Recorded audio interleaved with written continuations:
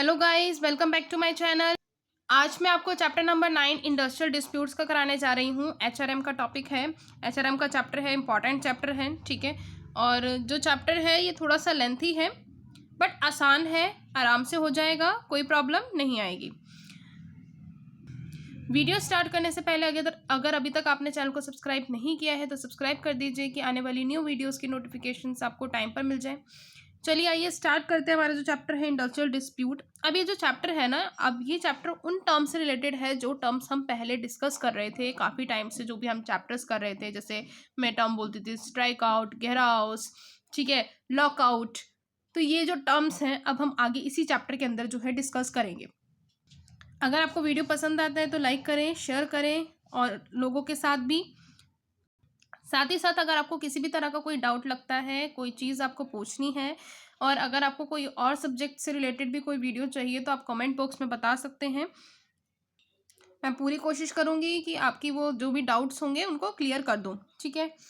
चलिए आइए देखते हैं। सबसे पहले स्टार्ट करते हैं मीनिंग से। अब देखो, इंडस्ट्रियल डिस्प्यूट होता क्या है? जब किसी एम्प्लॉयर या फिर वर्कर के बीच में कोई भी लड़ाई झगड़ा हो जाता है, कोई फाइट हो जाती है, उनके जो रिलेशंस हैं वो धीरे धीरे अगर ख़राब होने लग जाते हैं, कोई डिस्प्यूट पैदा हो जाता है, तो उसको हम बोलते हैं इंडस्ट्रियल डिस्प्यूट। सीधी सी डेफिनेशन है, देखो, industrial dispute refers to dispute between the employers and workers. Employers और वर्कर्स के बीच में जो डिस्प्यूट होता है उसको हम इंडस्ट्रियल डिस्प्यूट बोलेंगे। It refers to industrial unrest and conflicts. Conflicts आ जाते हैं, इंडस्ट्रियल अनरेस्ट हो जाता है। तो ये वाले जो डिस्प्यूट होते हैं या ऐसी कोई कंट्रोवर्सी हो गई वर्कर्स और एम्प्लॉयर्स के बीच में, तो भी उनको इंडस्ट्रियल डिस्प्यूट कहा जाता है। इंडस्ट्रियल डिस्प्यूट का सिंपल सा मीनिंग आप ये लिखेंगे। और अगर मैं डेफिनेशन की बात कहूँ तो डेफिनेशन आप इंडस्ट्रियल डिस्प्यूट एक्ट की भी कर सकते हो, और एक डेफिनेशन मैं आपको और बताऊंगी, आप वो भी याद कर सकते हो। एक चीज़ मैं हमेशा अपनी वीडियो में बोलती हूँ, जब भी मैं अगर डेफिनेशंस कराती हूँ तो मैं यही बोलती हूँ कि कभी भी अगर आप डेफिनेशंस लिखते हो ना, तो आपको ध्यान से लिखनी है, बिल्कुल सेम एज इट इज़ लिखनी है। एक आध वर्ड इधर उधर हो जाए कोई दिक्कत नहीं है, पर जैसे लिखी हुई है एनी डिस्प्यूट, और ये बिल्कुल सीरीज वाइज ही होनी चाहिए। तो बिल्कुल अगर आपको प्रॉपरली याद है, आपने लर्न कर रखी है, तभी लिखना डेफिनेशन, अदरवाइज अपने हिसाब से बनाकर लिख सकते हो, ठीक है। बट अगर आप किसी भी ऑथर की लिख रहे हैं या आप एक्ट की लिख रहे हैं तो बिल्कुल प्रॉपर ही लिखनी होती है। अब देखो, एनी डिस्प्यूट और difference between the employers and employees और between employers and workmans, between workman and workman. अगर कोई भी डिफरेंस या डिस्प्यूट आता है एम्प्लॉयर और एम्प्लॉयर के बीच में ही, यानी कोई मैनेजर पोस्ट पे दो एम्प्लॉयर्स थे तो उनके बीच में भी अगर आ जाता है कोई डिफरेंस, तो भी, या एम्प्लॉयर्स और वर्कमैन के बीच में आता है, या फिर वर्कमैन और वर्कमैन के बीच में कोई भी डिस्प्यूट आता है जो कि कनेक्ट होता है एम्प्लॉयमेंट से रिलेटेड या नॉन एम्प्लॉयमेंट टर्म्स में। अब देखो, वर्कर्स जो हैं ज़रूरी तो नहीं है हर टाइम एम्प्लॉयमेंट से रिलेटेड ही डिस्प्यूट होंगे, क्या पता उनके वैसे नॉन एम्प्लॉयमेंट वाले जो रिलेशंस हैं, जैसे घर पे मिल रहे हैं, उस चक्कर में कोई लड़ाई वगैरह हो गई है, ठीक है, उसकी वजह से ही अगर किसी तरह से इंडस्ट्री को कोई इफेक्ट पड़ रहा है तो वो भी इंडस्ट्रियल डिस्प्यूट कहलाया जाएगा, ठीक है। अब देखो, उसके बाद जो है यहाँ पे एक बीपी आर्या की मैं डेफिनेशन आपको और सजेस्ट करूँगी करने के लिए, ठीक है। बाकी आप ये भी कर सकते हैं कुर्तब्रन की। ये क्या है कि labour dispute includes differences opinion between, कोई डिफरेंसेस आ रहे हैं ओपिनियन से रिलेटेड, ठीक है। जो अगर हम देते हैं ना कि आप ऐसा कर लो वैसा कर लो, तो हम कोई ओपिनियन दे रहे हैं उससे रिलेटेड अगर कोई भी डिफरेंस आ रहा है एम्प्लॉयर और एम्प्लॉयज़ के बीच में, या एम्प्लॉयर्स और यूनियंस के बीच में, जो ट्रेड यूनियंस होते हैं, या फिर यूनियंस के बीच में ही आ रहा है, दो तीन ट्रेड यूनियंस हैं उन्हीं के बीच में ही हो रहा है, तो वो भी जो है लेबर डिस्प्यूट कहलाया जाएगा। अब यहाँ पे अगर इंडस्ट्रियल डिस्प्यूट्स की बात कहें, the term industrial disputes ordinarily refers to disagreements between workmen and employers relating to conditions of employment of workmen or their और टू देयर नॉन एम्प्लॉयमेंट। ये सेम डेफिनेशन उसकी जैसे ही है। अगर आप दो डेफिनेशंस लिखना चाहते हैं तो मेरी मानेंगे तो इंडस्ट्रियल डिस्प्यूट एक्ट की एक लिख दो और दूसरा कर्ट ब्रन की लिख दो, ठीक है। ये वाली वही डेफिनेशन है, मैं समझाऊंगी तो वही सेम बातें हैं इसमें। नेक्स्ट जो है एसेंशियल्स और कैरेक्टरिस्टिक्स जो है इंडस्ट्रियल डिस्प्यूट के, वो क्या क्या होते हैं। तो पहला है पार्टीज। अब पार्टीज के बीच में जो है इंडस्ट्रियल डिस्प्यूट होता है। अब कौन कौन सी पार्टीज हैं जो हमने अभी बात करी थी, डेफिनेशन के अकॉर्डिंग ही है, employers and employers, employers and workman, और वर्कमैन एंड वर्कमैन, ठीक है। उसके बाद नेक्स्ट है रिलेशन। अब मैटर ऑफ डिस्प्यूट जो है वो रिलेटेड हो सकता है वर्कर, एम्प्लॉयर और बोथ, दोनों के बीच में। अब मैटर ऑफ डिस्प्यूट इन चीज़ों से रिलेटेड हो सकता है। Normally it refers to an employment और टर्मिनेशन ऑफ अ पर्सन। कई बार किस किस से रिलेटेड होता है कि जैसे अगर किसी पर्सन को दूसरे पर्सन को एम्प्लॉयमेंट की जा रही है, उनको अपॉइंट किया जा रहा है in the termination of other person, तब डिस्प्यूट्स जो है हो सकते हैं। उसके बाद कंडीशंस ऑफ एम्प्लॉयमेंट की कंडीशंस या कंडीशंस जो है उनके बिहाफ पर भी जो है क्या होता है कि कई बार इंडस्ट्रियल डिस्प्यूट्स हो जाते हैं। अब इसका कहने का मतलब क्या है कि अब जैसे कोई भी पर्सन या कोई भी जो वर्कमैन है वो वहाँ पे काम कर रहे हैं इंडस्ट्री के अंदर, अब उनकी कंडीशन सही नहीं है। एम्प्लॉयमेंट जो पहले उन्होंने बता दिया था, कुछ कंडीशंस एम्प्लॉयमेंट की बता दी थी, अब एम्प्लॉयमेंट की कंडीशंस चेंज होने जा रही हैं। अब एम्प्लॉयमेंट की कंडीशंस चेंज होने पे उनको लगेगा कि यार ऐसे कैसे, ठीक है, हमने तो इस कंडीशन पर जो है कंपनी को या इंडस्ट्री को ज्वाइन किया था, अब वो एकदम से कंडीशन बदल रहे हैं, तो उसके बीच में भी जो है डिस्प्यूट्स हो सकते हैं। ठीक है, तो ये करेक्टरिस्टिक होता है रिलेशन के चलते। नेक्स्ट है फॉर्म्स।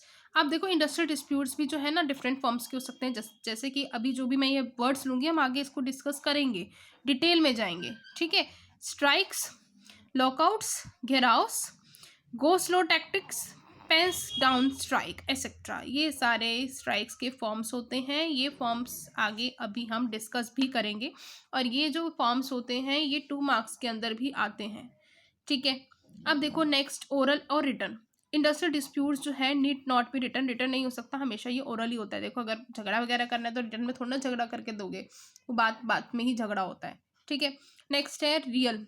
अब रियल क्या क्या है, इट शुड बी रियल, ये रियल होना चाहिए। It should relate to employment of the worker, worker की एम्प्लॉयमेंट से रिलेटेड होना चाहिए। टर्मिनेशन जो है एम्प्लॉयमेंट की उससे रिलेटेड होना चाहिए। टर्म्स ऑफ एम्प्लॉयमेंट से रिलेटेड या कंडीशंस ऑफ एम्प्लॉयमेंट से रिलेटेड ही होना चाहिए।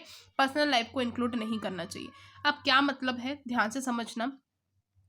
जैसे कि मान लो मेरे और किसी दूसरे पर्सन के बीच में लड़ाई हो रही है, ठीक है, और मैं कहती हूँ कि भाई अपनी इंडस्ट्री बंद कर दो। मैंने एक स्ट्राइक कर दी, ठीक है, मैंने कहा कि इनकी इंडस्ट्री बंद करो।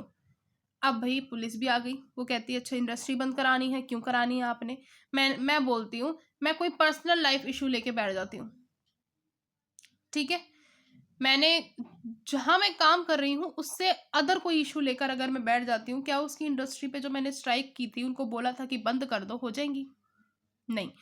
तो अगर कोई फाइट भी हो रही है, कोई डिस्प्यूट भी हो रहा है, तो वो इंडस्ट्री के टर्म्स ऑफ एम्प्लॉयमेंट से रिलेटेड ही होना चाहिए। इंडस्ट्री की एम्प्लॉयमेंट जो है उसी से रिलेटेड होना चाहिए, उसकी कंडीशंस उनके वर्क एनवायरनमेंट से रिलेटेड ही होना चाहिए। ऐसा नहीं होना चाहिए कि आप अपने पर्सनल लाइफ को बीच में लेकर आ रहे हो और उनका जो है लॉकआउट या स्ट्राइक वगैरह या किसी भी तरह की फाइट जो है बेमतलब में कर रहे हो। ठीक है, आई होप ये चीज़ क्लियर हो गई होगी पॉइंट। नेक्स्ट है सब्सिडेंशियल इंटरेस्ट। देखो सब्सिडेंशियल इंटरेस्ट में क्या होता है, in matter relating to industrial dispute interest either of the employer और the worker must be involve.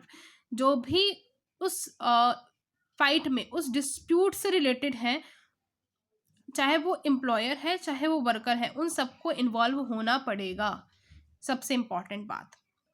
उसके बाद है रिलेटेड टू इंडस्ट्री, इंडस्ट्री से रिलेटेड। अब देखो एक डिस्प्यूट है, उसमें इंडस्ट्रियल डिस्प्यूट्स जो है उसके अंदर इंडस्ट्री से रिलेटेड ही बातें होनी चाहिए। जो भी डिस्प्यूट्स है वो इंडस्ट्री से रिलेटेड ही होना चाहिए। अगर क्लोज डाउन भी हो रहा है तो ऐसा ना हो कि आप क्लोज डाउन में भी अपनी पर्सनल कोई लाइफ इश्यूज लेकर आ रहे हैं। अब देखो यहाँ पे disputes belonging to an industry that has since been closed down should not be included in it. अब देखो मान लो कि एक इंडस्ट्री है वो पहले से ही बंद हो चुकी है, उसमें जो है लॉकआउट हो चुका है, पहले से ही बंद कर दी गई है। ठीक है, अब आप उसी का ही केस लेकर जा रहे हो कि ये इंडस्ट्री जो है इसने ऐसा कर दिया वैसा। अरे वो बंद हो गई, अब उसका आप उसके ऊपर क्यों डिस्प्यूट कर सकते हो? जो चीज़ पहले से ही बंद हो चुकी है उसके ऊपर आप उस डिस्प्यूट को इंक्लूड ही नहीं कर सकते हो। ठीक है, नेक्स्ट है क्लैरिफिकेशन। इंडस्ट्रियल डिस्प्यूट में भी मैटर्स जो हैं वो बिल्कुल क्लियर होने चाहिए। ऐसा तो बिल्कुल भी नहीं होना चाहिए कि आप ही बस नॉर्मल बोले जा रहे हैं और कोई ना सिर है बात का ना कोई पैर है, नॉर्मल बात अगर मैं कहूँ। ठीक है, तो इंडस्ट्रियल डिस्प्यूट्स के जो मैटर्स हैं वो क्लियर होने चाहिए। Unless it is a transparent case it settlement is possible. जब तक ट्रांसपेरेंट केस नहीं होगा, आप बिल्कुल क्लियर नहीं करोगे, तो सेटलमेंट पॉसिबल हो ही नहीं सकती है। Matters which are clear find settlement easily हो जाती है। अब देखो अगर मैटर्स बिल्कुल क्लियर है तो आप सेटलमेंट आसानी से कर सकते हो, उनके बीच में जो है जो भी डिस्प्यूट हो रहे हैं उनको आप सॉल्व आउट आराम से कर सकते हो। ठीक है, अगर आपको पता ही नहीं है, क्लियरली बात ही नहीं पता है, तो कैसे एक किसी भी तरह का जो डिस्प्यूट है उसको सॉल्व किया जा सकता है। नेक्स्ट है कि concern party can protect it's interest when the issue is crystal clear. तो हर एक पार्टी, अगर उनको पता होगा, जैसे मान लो कि अगर मैंने किसी तरह से किसी भी इंडस्ट्री के ऊपर केस फाइल कर दिया, ठीक है, या ट्रेड यूनियन को मैंने अपनी तरफ से बुला लिया, पॉइंट कर लिया, तो उनको पता होना चाहिए ट्रेड यूनियन को कि हमें क्या बात करनी है, किस टॉपिक पे हमें, किस टॉपिक से रिलेटेड बात करनी है, ये सब कुछ ट्रेड यूनियंस को भी पता होना चाहिए।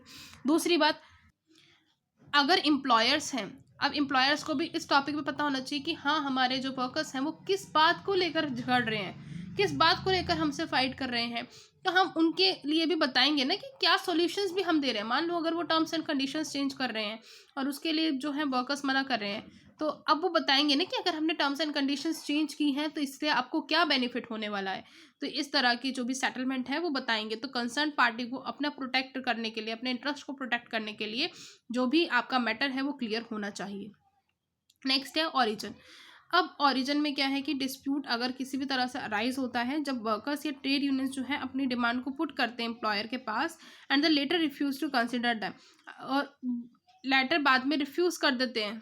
ठीक है, मान लो अगर एम्प्लॉयर ने रिफ्यूज कर दिया, तो इन शॉर्ट ये कहा जा सकता है कि अगर यहाँ पर उन्होंने मना कर दिया एम्प्लॉयर ने, और ट्रेड यूनियन बाद में कहता है कि चलो कोई नहीं, मना कर दिया, इतना इंपॉर्टेंट भी डिस्प्यूट नहीं था, तो ओरिजिन पे आपको टिके रहना है एक तरीके से। अब यहाँ पे इन शॉर्ट एक चीज बोल रखी है कि industry disputes means lack of peace in industry, कि शांति ही नहीं है इंडस्ट्री के अंदर। When in an industry requirement of two parties contradict each other, industrial dispute raises it ugly ahead. अगर दो पार्टी एक दूसरे से कॉन्ट्राडिक्ट करेंगी, एक दूसरे से लड़ेंगी, तो डिस्प्यूट होगा, और कहीं भी किसी के भी बेनिफिशियरी नहीं होता डिस्प्यूट, चाहे वो एम्प्लॉयर है चाहे वो वर्कमैन है। तो दोनों को एक अपना अच्छा रिलेशन बना के चलना चाहिए, क्योंकि इस डिस्प्यूट से बहुत नुकसान अगर एम्प्लॉयर को हो रहा है तो कहीं ना कहीं वर्कमैन को भी होगा ही होगा। ठीक है, तो आज हम यहाँ तक का ही टॉपिक करते हैं। नेक्स्ट वीडियो में हम करेंगे इसके फॉर्म्स। सो मिलते हैं नेक्स्ट वीडियो में। Bye bye.